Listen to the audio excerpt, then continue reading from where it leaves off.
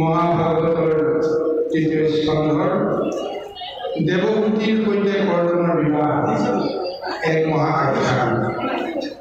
আৰু এই আখ্যানৰ জৰিয়তে প্ৰভু ভগৱন্তৰ এক মহা অৱতাৰ, যি মহা অৱতাৰৰ জৰিয়তে তেওঁ নিজৰ যি মহৎ তত্ত্ব ৰহস্য, সেই ৰহস্য তেওঁ নিজ মুখেৰে ব্যক্ত কৰিছে।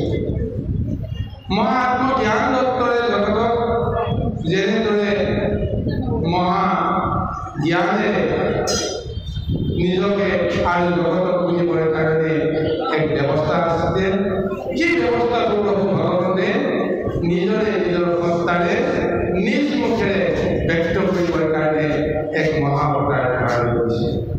এই গুৰু মস্তক আপোনালোকে জানে যে অনন্ত কোটি ব্ৰহ্মাণ্ডৰ অধিকাৰী প্ৰভু ভগৱন্তজন তেওঁ আচলতে নিৰাকাৰ, নিৰঞ্জন, অজন্ম, যাৰ জন্মও নাই, যাৰ মৃত্যুও নাই, আৰু এনেকুৱা এক পাৰমাৰ্থিক মহা ব্যৱস্থাৰ মাজেৰে তেওঁ সংসাৰখন চলাই আছে। কিন্তু যিজনক কোনো দেখাও নাই, যিজনক কোনো শুনাও নাই, সেইজনক বুজিবৰ কাৰণে ইমান সহজ নহয়। সেইকাৰণে প্ৰভু ভগৱন্তে লীলা কৰি যে ভগৱন্তৰটো আচলতে কেনেকুৱা, কি গুণৰ, কি তত্ত্বৰ অধিকাৰী, জগতক তেওঁ কেনেকৈ কৃপা কৰে, কেনেকৈ দয়া কৰে, এই সমস্তখিনি তেওঁ জনাবৰ কাৰণে, বুজাবৰ কাৰণে দুষ্টক দমন খণ্ডক পালন কৰাৰ অৰ্থে, ধৰ্মক ৰক্ষা কৰাৰ অৰ্থে তেওঁ নানা অৱতাৰ ধাৰণ কৰিছে। যদিও তেওঁ নিৰাকাৰ, যদিও তেওঁ কোনো আকাৰ নাই, অব্যক্ত ঈশ্বৰ বুলি কোৱা হয়, তথাপিও তেওঁ গুণলীলা কৰি ভগৱন্তই কি কৰে এই তত্ত্বটো জগতক বুজাবৰ কাৰণে তেওঁ মহা অৱতাৰ ধাৰণ কৰিছে।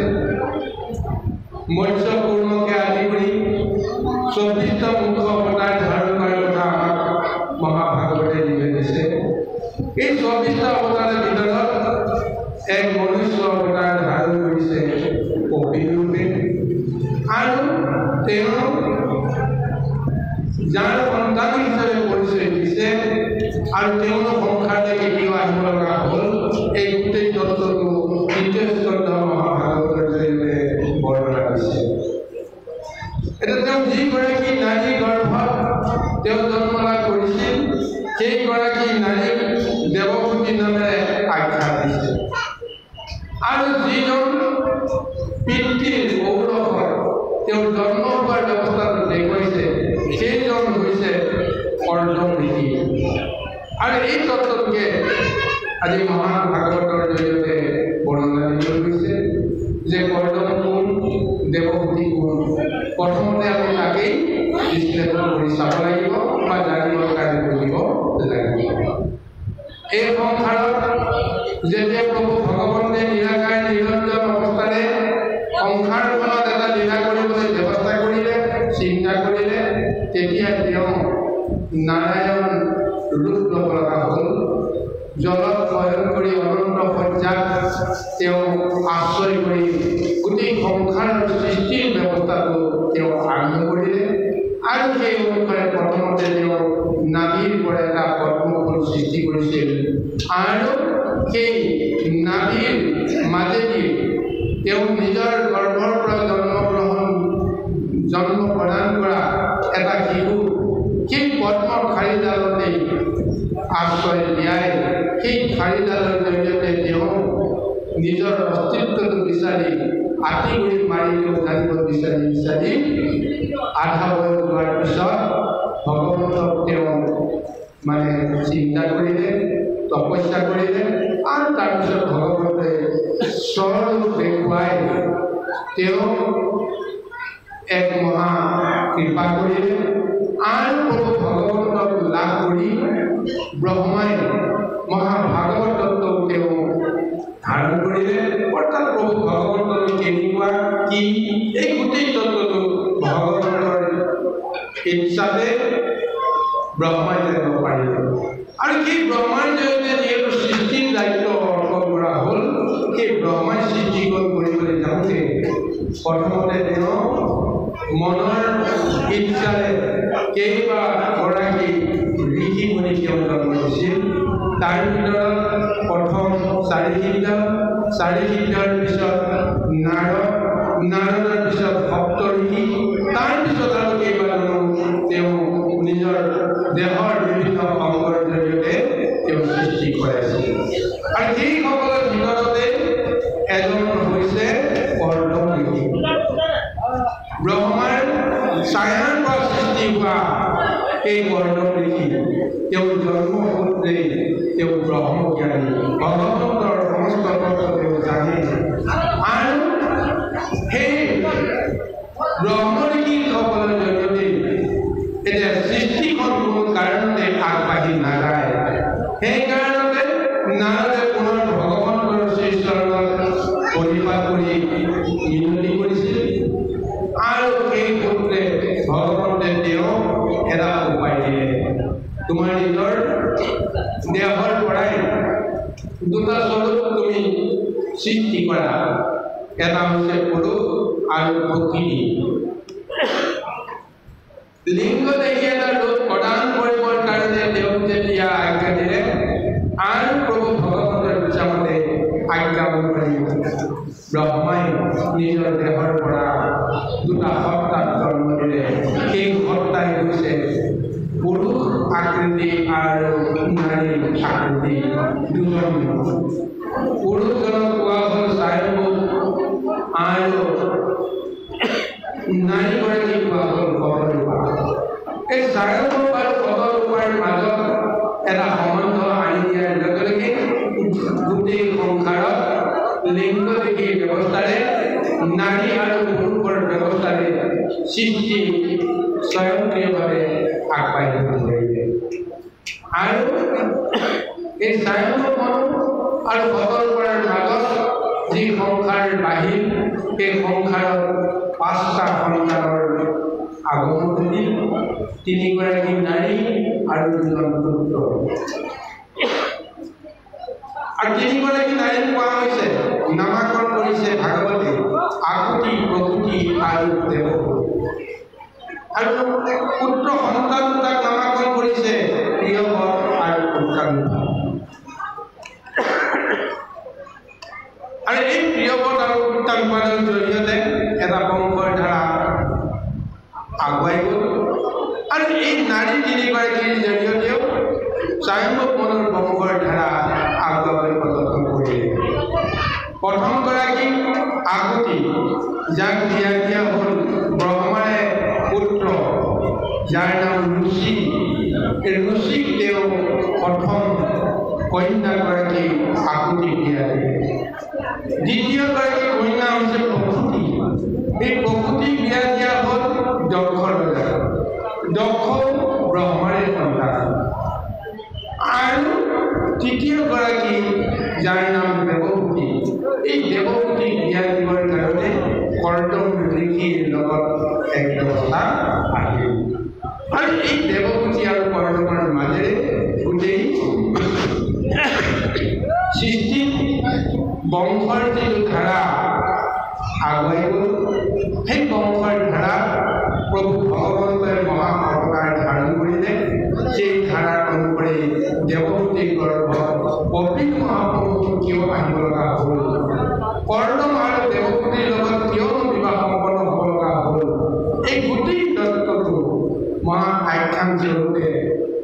কেইবাটাও সংবাদত আলোচনা হৈছে। প্ৰথম সংবাদ হিচাপে বিদুৰ আৰু মধ্যৰীৰ মাজত এক মহাসংবাদ চলি আছে। এই সংবাদৰ বিষয়টো আলোচনা হৈ আছে আৰু একেখিনি কথাই সুকমণিয়ে পৰীক্ষিতৰ আগত যেতিয়া মহাভাগৱত প্ৰদান কৰিছিল, সুকমণিকো পৰীক্ষিত মহাৰাজে কপিল মহাপ্ৰভুৰ জন্মৰ বৃত্তান্ত, কৰ্দম দেৱভূতিৰ বিবাহৰ সম্বন্ধ আৰু প্ৰভু ভগৱন্তে কপিল ৰূপে কি মুখ্য লীলা কৰিবৰ কাৰণে জগতলৈ আহিব লগা হ'ল, গোটেই কথাখিনি পঢ়ি আছে। এই গুৰু সংস্থাত আমি পৰৱৰ্তী বিষয়সমূহ আমি আলোচনা কৰি যাম। পৰৱৰ্তী সংগত ৰাখি আমি এই আধ্যাত্মিক আলোচনা কৰিবলৈ যাওঁতে আধ্যাত্মিক আৰু পাৰমাৰ্থিক গোটেই কথাখিনিকে কম বেছি পৰিমাণে আমি আলোচনা কৰিব লাগিব। গতিকে এই আলোচনা কালত যদি কিবা অজানিত হয় পুনৰবাৰ সমাগত বুলি আমি আশা কৰিছোঁ আৰু আমি পদৰ সংগতি ৰাখি মহাভাগৱতৰ ঈশ্বৰৰ পদলৈকে আমি আগুৱাই যাবলৈ ব্যৱস্থা কৰিছোঁ।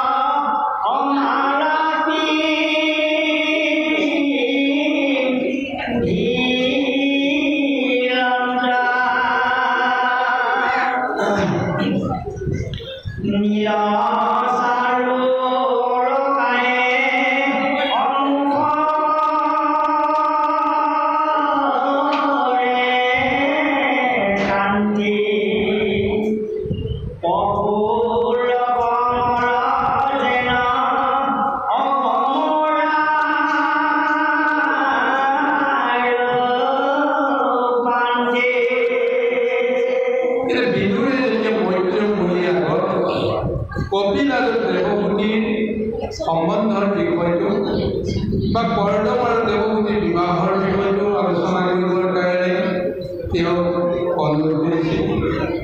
তেতিয়াই মৈত্ৰীমুনিয়ে অতি আনন্দ মনেৰে বিদুৰক উপলক্ষ কৰি কৈছিল যে মৈত্ৰৰ বদতি শুনা ব্যাসৰ নন্দন, প্ৰশ্নৰ উত্তৰ কহ শুনাৰ মৈত্ৰীয় ঋষিয়ে বিদুৰক কিয় ক'ব লগা হ'ল, বিদুৰক ক'ত গম পাইছিল, এই কথাটো নিশ্চয় আমি অকণমান জানি লোৱাটো দৰকাৰ। যদিও আপোনালোকে সকলোৱে জানে যে বিদুৰ আৰু মৈত্ৰীৰ মাজত কি মহা সংযোগ হৈছিল, কেনেকৈ সংযোগ হৈছে, কিহৰ কাৰণত তেওঁলোকৰ সংবাদে আজি এক মহাভাগৱতক এক মহাগুৰুক প্ৰদান কৰিছে। এই গুৰুসমূহ যেতিয়া প্ৰভু ভগৱন্ত কৃষ্ণই 125টা বছৰৰ মহালীলা সামৰি তেওঁ বৈকুণ্ঠলৈ যাবলৈ বিচাৰিছিল, যদুবংশক ধ্বংস কৰাৰ পিছত বা যদুবংশক তেওঁ গতি লগোৱাৰ পিছত তেওঁ বৈকুণ্ঠলৈ যোৱাৰ যিটো ব্যৱস্থা কৰিছিল, আৰু সেই ব্যৱস্থাৰ মাজতেই প্ৰভু ভগৱন্তৰ ভক্ত আৰু ভগৱন্তৰ মাজত এক মহাসংযোগ ঘটিছে। ভক্তৰ ভিতৰত মৈত্ৰেয় আৰু উদ্ধৱ আৰু বিদুৰ। প্ৰভু ভগৱন্তে বৈকুণ্ঠত যি 6জন ভকতক মহাস্থান দিছিল, ত্ৰেতা যুগত যি কেইজন ভকতক তেওঁ স্থান দিছিল সেই কেইজনৰ নাম আপোনালোকে জানে, জাম্বৱন্ত, হনুমন্ত আৰু বিভীষণ। আৰু দাপৰ যুগত যি 3জন মহাভক্তক তেওঁ বৈকুণ্ঠত স্থান দিছিল, সেই 3জন ভকত হৈছে মৈত্ৰেয়, উদ্ধৱ আৰু বিদুৰ। এতিয়া এই দাপৰৰ অন্তত যেতিয়া প্ৰভু ভগৱন্ত বৈকুণ্ঠলৈ যাবলৈ বিচাৰিছিল, তেওঁ নিজৰ এই মৰমৰ যি ভক্ত 3জনক তেওঁ সাক্ষাৎ পাবলৈ তেওঁ অন্তৰৰ সৈতে বিচাৰিছিল, যদিও উদ্ধৱ আৰু মৈত্ৰেয়ক তেওঁ লগ পালে, কিন্তু বিদুৰক তেওঁ চকুৱে বা শাৰীৰিকভাৱে বা কায়িকভাৱে তেওঁ জীৱনৰ অন্তিম মুহূৰ্তত লগ পাব নোৱাৰিল। সেয়া হৈছে ভগৱন্তৰ দোষ যে বৈকুণ্ঠলৈ যোৱাৰ সময়ত বা ধৰাধাম এৰি থৈ যোৱাৰ সময়ত মৰমৰ ভক্ত বিদুৰক তেওঁ লগ নাপালে। আৰু এইকাৰণে উদ্ধৱ আৰু মৈত্ৰেয়ক আজ্ঞা দি গৈছিল যে মই যি জ্ঞান তত্ত্ব আৰু ভক্তি তত্ত্বৰ মহত্বখিনি তোমালোকক প্ৰদান কৰিলোঁ, এই সমস্তখিনি বিদুৰেও পাব লাগিব। কিন্তু কেনেকৈ পাব? গতিকে এই বিদুৰক তোমালোকেই এই মহত্বত্বখিনি প্ৰদান কৰিবা মোৰ হৈ। গতিকে সেইকাৰণে উদ্ধৱ আৰু বিদুৰৰ মাজত প্ৰথম সাক্ষাৎ হৈছিল কেতিয়া? যেতিয়া প্ৰভু ভগৱন্তক বিদায় দি বা প্ৰভু ভগৱন্তৰ পৰা বিদায় লৈ উদ্ধৱ আহিছিল বদৰিকাশ্ৰমলৈ, আৰু বিদুৰেও হস্তিনাপুৰৰ মহাযুদ্ধৰ যি মহা পয়োভৰ ঘটিছিল, সেইখিনি সময়ত বংশৰ মাজত হোৱা যিটো ডাঙৰ সংঘাত, সেইখিনি সহ্য কৰিব নোৱাৰাৰ ফলত তেওঁ দুৰ্যোধনৰ অপমান সহ্য কৰিব নোৱাৰি সংসাৰৰ সমস্ত মায়া ত্যাগ কৰি তেওঁ তীৰ্থ ভ্ৰমণ কৰিবলৈ তেওঁ যাবলৈ বাধ্য হ'ল। আৰু এনেকৈ তীৰ্থ ভ্ৰমণ কৰোঁতে কৰোঁতে কৰোঁতে কৰোঁতে এইফালে যুদ্ধও শেষ হৈ গ'ল, আৰু কৃষ্ণ প্ৰভু ভগৱন্তেও বহুদিনৰ অন্তত তেওঁ বৈকুণ্ঠলৈ গুচি গ'ল। এই সংবাদটো তেওঁ কাৰো পৰা পোৱা নাছিল। আৰু সেই তীৰ্থ ভ্ৰমণৰ অংশস্বৰূপে যেতিয়া ঘূৰি আহোঁতে যমুনা নদীৰ পাৰত সন্ধিয়া বেলা উদ্ধৱক তেওঁ লগ পাইছিল। লগ পোৱাৰ লগে লগে 2জন মহাভক্তৰ মহাসংযোগ হৈছিল। গোটেই নিশাটো কৃষ্ণৰ সমস্ত তত্ত্বৰ কথা তেওঁ জানিব পাৰিলে। 2জনে কৃষ্ণ লীলাৰ কথা আলোচনা কৰোঁতে কৰোঁতে গোটেই ৰাতিটো পাৰ হ'ল। আৰু তাৰপিছতে উদ্ধৱৰ পৰাই বিদুৰেও গম পাইছিল যে মৈত্ৰেয় মুনিৰ পৰাও ভক্তিৰ সমস্ত তত্ত্বটো তেওঁ লাভ কৰিব লাগিব। কৃষ্ণই আজ্ঞা দি গৈছে বা কৃষ্ণৰ বাঞ্ছা অনুসৰি বিদুৰে মৈত্ৰেয়ক লগ পাব লাগিব। সেই অনুসৰিয়ে পিছদিনাখন উদ্ধৱক যেতিয়া তেওঁ এৰিব লগা হ'ল, আৰু উদ্ধৱক এৰি তেওঁ পোনে পোনে মৈত্ৰেয় ঋষিৰ আশ্ৰমত তেওঁ উপস্থিত হ'ল। আৰু সেই মৈত্ৰেয় ঋষিৰ আশ্ৰমত উপস্থিত হওঁতেই মৈত্ৰেয়ৰ জৰিয়তে এই গোটেই সংবাদটো আলোচনা কৰি আছে। এতিয়া এই আলোচনাৰ সূত্ৰত এতিয়া মৈত্ৰেয় মুনিয়ে বিদুৰক কৈছে যে ব্ৰহ্মাৰ পুত্ৰ হৈছে কৰ্দম। এদিন ব্ৰহ্মাই আহি কৰ্দমক ক'লে যে হে পুত্ৰ, তুমি জন্মৰ পৰাই তুমি ব্ৰহ্মজ্ঞানত বা তপ আৰু জপত তুমি নিবিষ্ট হৈ আছা, কিন্তু এই সংসাৰলৈ আহিলে সংসাৰী ধৰ্মটো পালন কৰিব লাগিব। গতিকে মই তোমাক আশা কৰিছোঁ তুমি সংসাৰ প্ৰৱেশ কৰা আৰু তোমাৰ জৰিয়তে সংসাৰ বৃদ্ধি হোৱাৰ যিটো ব্যৱস্থা আৰম্ভ হওক। ব্ৰহ্মাই যেতিয়া কৰ্দমক বা পুত্ৰক যেতিয়া আজ্ঞাটো দিলে, লগে লগেই পুত্ৰৰ ধৰ্ম ৰক্ষা কৰি কৰ্দমে ব্ৰহ্মাক বাক্য দিব লগা হ'ল যে হে পিতৃ, মই আপোনাৰ আজ্ঞা নিশ্চয় মানিম বা মই পালন কৰিম, কিন্তু মোক সময় দিব লাগিব। কাৰণ মই যি ইন্দ্ৰিয় প্ৰবৃত্তিসমূহ ইতিমধ্যে প্ৰভু ভগৱন্তৰ শ্ৰীচৰণত মই অৰ্পণ কৰিছোঁ, এতিয়া কাম, ক্ৰোধ, লোভ, মোহ বা অন্যান্য ইন্দ্ৰিয় প্ৰবৃত্তিবিলাক এতিয়া মোৰ বশীভূত নহয়। আৰু আজি যদি মই সংসাৰত প্ৰৱেশ কৰিব লগা হয়, মায়াত প্ৰৱেশ কৰিব লগা হয়, ইন্দ্ৰিয় প্ৰবৃত্তিসমূহ নিশ্চয় মই পুনৰ ঘূৰাই পাব লাগিব। কিন্তু এই প্ৰবৃত্তিসমূহ মই কাক দি থৈছোঁ? স্বয়ং প্ৰভু ভগৱন্তকে দিছোঁ, ভগৱন্তৰ নামতেই মই অৰ্পণ কৰিছোঁ। গতিকে তোমাৰ আজ্ঞা অনুসৰি পুত্ৰৰ ধৰ্ম ৰক্ষা কৰিবৰ কাৰণে, পিতৃৰ বাক্য ৰক্ষা কৰিবৰ কাৰণে মই সময় বিচাৰিছোঁ। আৰু এই সময়ৰ পিছত নিশ্চয় ঈশ্বৰে যদি কৃপা কৰে তেতিয়াহ'লে আপোনাৰ বাক্য মই ৰক্ষা কৰিম। এই বুলি অন্ততঃ পিতৃ ব্ৰহ্মাক বাক্যটো দিলে আৰু ব্ৰহ্মায়ো আনন্দ মনেৰে তেওঁ গুচি গ'ল। আৰু তেতিয়াই কৰ্দম ঋষিয়ে পোনে পোনে তেওঁ প্ৰভু ভগৱন্তক তপ কৰিবৰ কাৰণে সৰস্বতী নদীলৈ তেওঁ গ'ল আৰু তেওঁ এক মহা আশ্ৰম পাতি তাতে তেওঁ বহুকাল ভগৱন্তক মহাতপ কৰিলে। আৰু ভগৱন্তই যেতিয়া তেওঁৰ এই ঘোৰ তপস্যাত সন্তুষ্ট হ'ল, স্বয়ং প্ৰভু ভগৱন্তে আনন্দ মনেৰে আহি কৰ্দম ঋষিক তেওঁ দৰ্শন দিছে। যি প্ৰভু ভগৱন্তৰ কোনো ৰূপ নাই, কোনো আকাৰ নাই, কোনো প্ৰকাৰ নাই, সেইজন প্ৰভু ভগৱন্তে ভক্তৰ মনোবাঞ্ছা পূৰণ কৰিবৰ কাৰণে তেওঁ এটা ৰূপ লৈছে আৰু সেই ৰূপেৰে আহি কৰ্দম ঋষিৰ সন্মুখত তেওঁ উপস্থিত হ'ল। আৰু সেই ৰূপটো দৰ্শন কৰি কৰ্দম এক প্ৰকাৰ উৎফুল্লিত হৈছে, শিহৰিত হৈ গৈছে।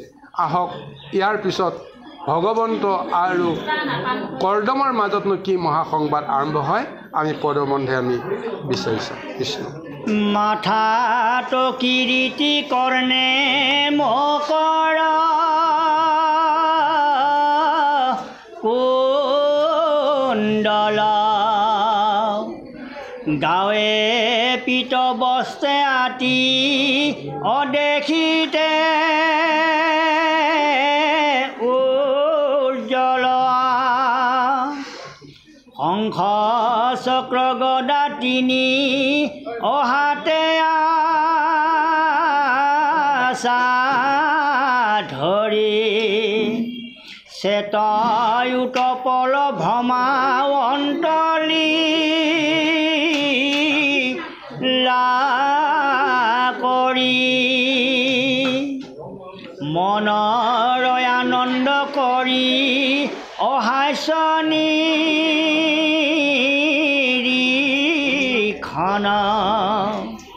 অংগৰ লাবণ্যে লাজ অহুয় মদন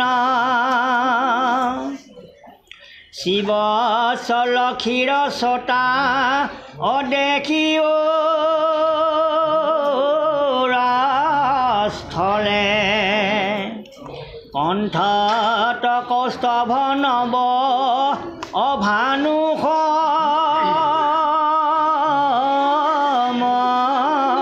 জলে। এতিয়া যে কৰ্দমৰ ওচৰত প্ৰভু ভগৱন্তে নিজৰ ৰূপ দৰ্শন কৰালে, সেই ৰূপটোক এতিয়া কৰ্দমে কি ৰূপত দেখিছে ভাগৱতৰ জৰিয়তে এক মহাবৰ্ণনা দিছে যে কোটি চন্দ্ৰ সম শুক্ল দেহা জ্যোতি মন্ত শ্বেত পদ্ম উৎপলৰ মালা পিন্ধিলন্ত। প্ৰভু ভগৱন্তে কোটি চন্দ্ৰৰ এক মহা জ্যোতি তেওঁ যেন ধাৰণ কৰিছে, শুক্ল বৰ্ণৰ এটা দেহা তেওঁ ধাৰণ কৰিছে আৰু শ্বেত উৎপলৰ মালা পিন্ধি তেওঁ আনন্দ মুখেৰে আনন্দ মনেৰে কৰ্দমৰ ওচৰত তেওঁ থিয় হৈ আছে। নীল চাৰু অলকায় মুখে কৰে কান্তি, প্ৰফুল্ল কোমল যেন ভ্ৰমৰাৰ পান্তি। প্ৰভু ভগৱন্তৰ মুখখনত ইমান সুন্দৰ, তেওঁ নীল বৰণীয়া দেহৰ মাজেৰে, নীল বৰণীয়া গাৰ বৰণৰ মাজেৰে তেওঁ মুখৰ কান্তিয়ে যেনেকুৱা এক শোভা বৰ্ধন কৰে, সেই শোভাটো দেখা পোৱাৰ লগে লগেই সমস্তৰে দুখ মন সমস্তবিলাক কি হৈ যায়, ভৰি যায়।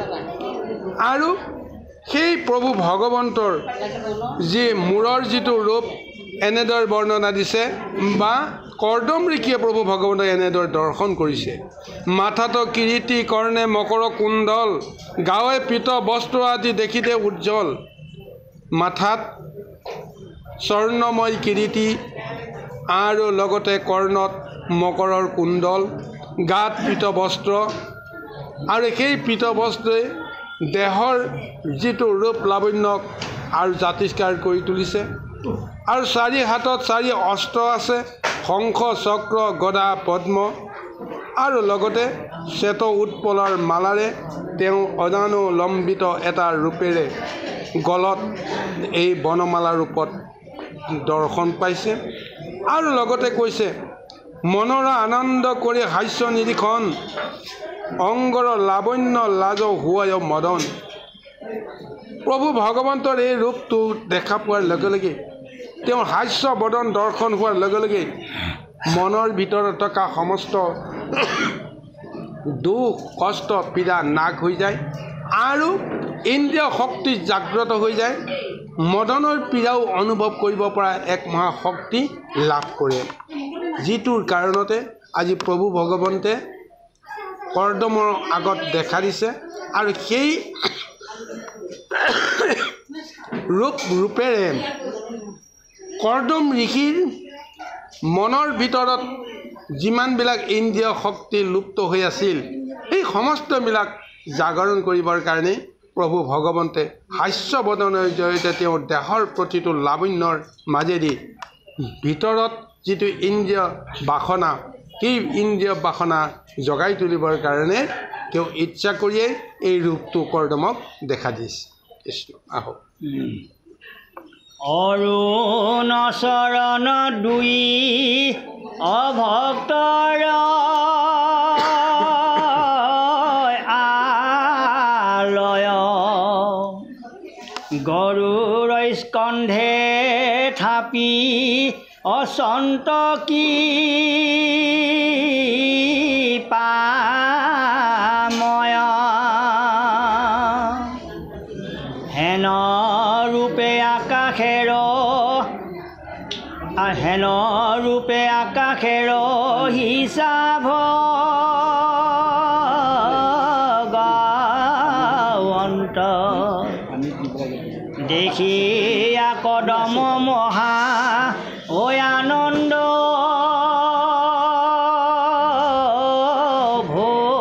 ভৈলন্ত,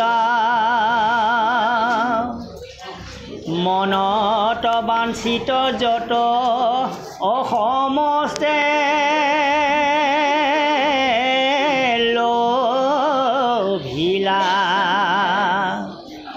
জয় জয় কৃষ্ণ বৰী অপৰিপ্ৰণামিলা,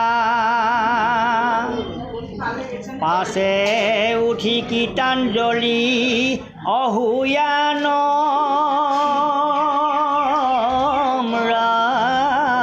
ভাৱ, ভক্তি ভাৱে স্তুতি আৰম অভিলাষে ঠায়া।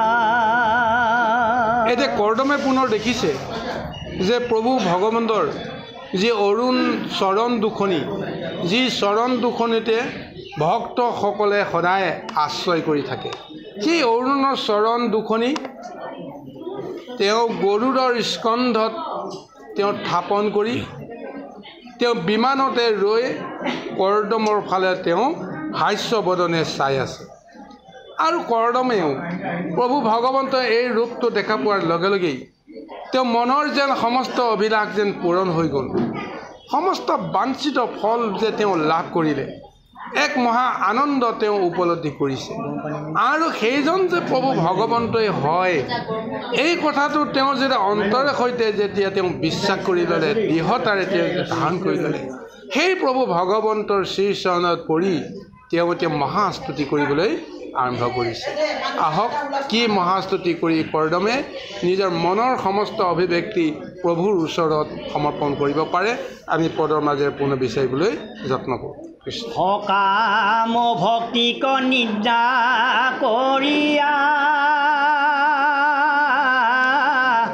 বলন্ত কদৰ্ম বদতি দেৱ দেৱ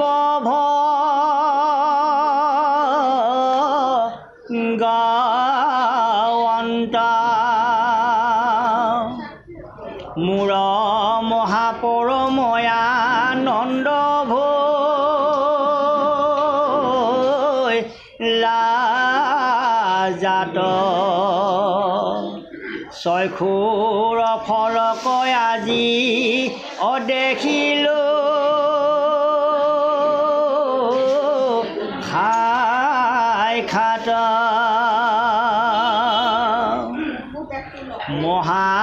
মহাযোগী সবে অজাকনে দেখয় সাক্ষাতে প্ৰত্যক্ষ ধৈলা অহেন কি পাময়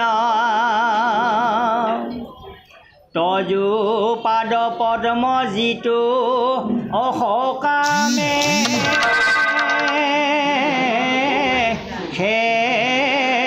বয় তোমাৰ মায়াই তাক অমোহিলে নিশ্চয় তথাপিতো ভাৰজা বিহা অকৰিবা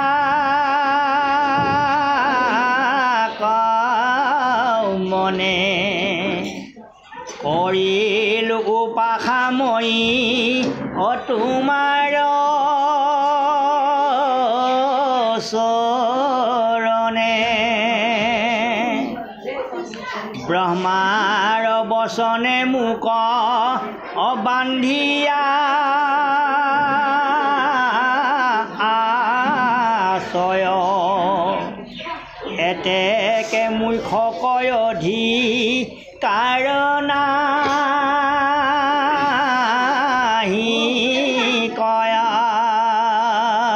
কৰ্দম ঋষিয়ে প্ৰভু ভগৱন্তৰ ওচৰত এই বুলি নিবেদন কৰিছে মহাস্তুতি কৰিছে যে হে প্ৰভু এতিয়া মই জানো যে সকামী আৰু নিষ্কামী দুটা ভকতিৰ পন্থ আছে এই দুয়োটা পন্থৰ ভিতৰত নিষ্কাম যি পন্থ সেই পন্থৰেহে জীৱসকলে সংসাৰৰ পৰা গতি আৰু মুক্তি লাভ কৰিব পাৰে আৰু তুমি যাক দৰ্শন দিয়া সেই দৰ্শন পোৱা মাত্ৰকে তেওঁ নিষ্কাম ভকতিৰ পাত্ৰ হৈ পৰিব পাৰে কিন্তু মই যে আজি আপোনাক মই পূজা কৰিলোঁ মই যে তপ কৰিলোঁ আপুনি যে মোক দয়া কৰি এই মহামূৰ্তি মোক যে দৰ্শন দিয়ালে তাৰ জৰিয়তে মোৰ অন্তৰত সকামী ভক্তি জাগৰণ আজি হৈছে কিন্তু আচলতে সকামী ভক্তি জাগৰণ হ'ব নালাগিছিল নিষ্কাম ভক্তিহে তুমি আটাইতকৈ বেছি ভাল পোৱা কিন্তু তথাপিও মোৰ অন্তৰত সকামী ভক্তিৰ প্ৰতি কোনো আস্থা নাই যদিও মই আজি সকামতে মই তোমাক আজি মই স্তুতি কৰিব বিচাৰিছোঁ বা মই বাঞ্ছা কৰিব বিচাৰিছোঁ তোমাৰ মুক্তি তোমাৰ দৰ্শন পোৱাৰ লগে লগে মই মুক্তি পাই যাব পাৰোঁ কিন্তু মই এতিয়া মুক্তি বিচৰা নাই কিয়নো মই এতিয়া পিতৃৰ ওচৰত দায়বদ্ধ হৈ আছোঁ পিতৃক মই বচন দিছোঁ পিতৃ ব্ৰহ্মাই মোৰ পৰা সৃষ্টিখন বিকশিত হোৱাটো বিচাৰিছে মই সৃষ্টি কৰ্মত জড়িত হ'বলৈ বিচাৰিছে সেইকাৰণে প্ৰভু মই তোমাৰ ওচৰত তপ কৰিছিলোঁ একমাত্ৰ পিতৃৰ বাক্য ৰক্ষা কৰি সংসাৰী ধৰ্ম পালন কৰিবৰ কাৰণে মোক আপুনি কৃপা কৰক আৰু তোমাৰ দৰ্শনৰ সূত্ৰেই যিহেতু মহা মুক্তি লাভ কৰে, মই এতিয়া মুক্তি নিবিচাৰোঁ। তুমি যদি ইচ্ছা কৰা প্ৰথমতে মোক এই সকামীভাৱে সংসাৰত প্ৰৱেশ কৰাৰ যিখিনি ব্যৱস্থা, এই ব্যৱস্থাখিনি প্ৰদান কৰা, আৰু যদি ইচ্ছা কৰে তাৰ পিছত উপযুক্ত বুলি আপুনি গণ্য কৰিলে মোক পিছত এই যিটো মুখ্যৰ যিটো ব্যৱস্থা সেইটো পিছতো প্ৰদান কৰিবা। কিন্তু সদ্যহতে এতিয়া ব্ৰহ্মাৰ বচনে মোক বান্ধিয়া আছয়, এতেকে মোক কক অধিকাৰো নাহি কয়। পিতৃ ব্ৰহ্মাৰ বচনত এতিয়া মই আবদ্ধ হৈ আছোঁ যেতিয়া, মই এতিয়া মুক্তি পাব নিবিচাৰোঁ বা মই মুখ্য প্ৰাপ্তি হোৱা বাসনা কৰিব নিবিচাৰোঁ। গতিকে সকামীভাৱে মই তোমাৰ শ্ৰীচৰণত মই প্ৰণিপাত কৰিছোঁ। কৃষ্ণ। কিন্তু অনুৰূপ মূৰ হার যাই চাই আছে, ও এটি খনে আক দিয়া মুখ্য দিয়া পাছে, কামা